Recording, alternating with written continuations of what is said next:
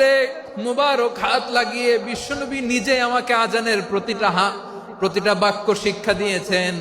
বিশ্বনবীর মুবারক হাত, পবিত্র হাত আমার মাথার চুলের যেই জায়গায় লেগেছে, আমি চাই ওই চুলগুলা নিয়ে আমি আমার কবরের ভিতরে যাব।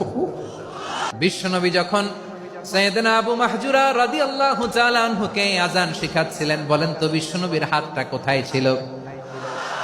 আবু মাহজুরার মাথার সামনে, এই চুলের উপরে ছিল।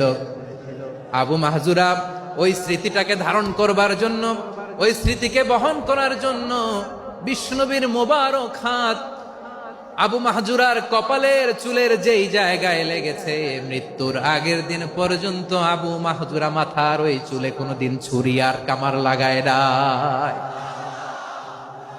সেখানে কেচি লাগায় নাই, চুলের মধ্যে খুর লাগায় নাই। আবু মাহজুরা ডান দিকের চুল কাটতো, বাম দিকের চুল কাটতো, পেছনের চুল কাটতো, সামনের চুল কাটতো না। আবু মাহজুরা রাদিয়াল্লাহু তাআলা আনহুর সামনের চুলগুলো বড় হতে হতে যখন এত বড় হয়ে যায়, তিনি চুলগুলো পেঁচিয়ে মাথার মধ্যে রাখতেন, তারপরে তিনি পাগড়ি পরতেন। সবাই জিজ্ঞেস করতো, আবু মাহজুরা এটা আবার কেমন স্টাইল? দেখতে তোমারে কি বিদঘুটে লাগে? কেমন অড লাগে? কেমন খারাপ দেখা যায়?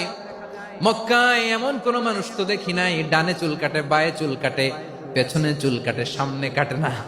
ওরে আবু মাহজুরা, কেমন দেখা যায় তোমারে? তুমি সামনের চুল কাটো না কেন? আবু মাহজুরা বলে, আমি হাঁটু গেড়ে পেয়ারা নবীর সামনে বসেছিলাম, আমার এই মাথার চুলের মধ্যে মুবারক হাত লাগিয়ে বিশ্বনবী নিজে আমাকে আজানের প্রতিটা বাক্য শিক্ষা দিয়েছেন। বিশ্বনবীর মোবারক হাত, পবিত্র হাত আমার মাথার চুলের যেই জায়গায় লেগেছে, আমি চাই ওই চুলগুলা নিয়ে আমি আমার কবরের ভিতরে যাব।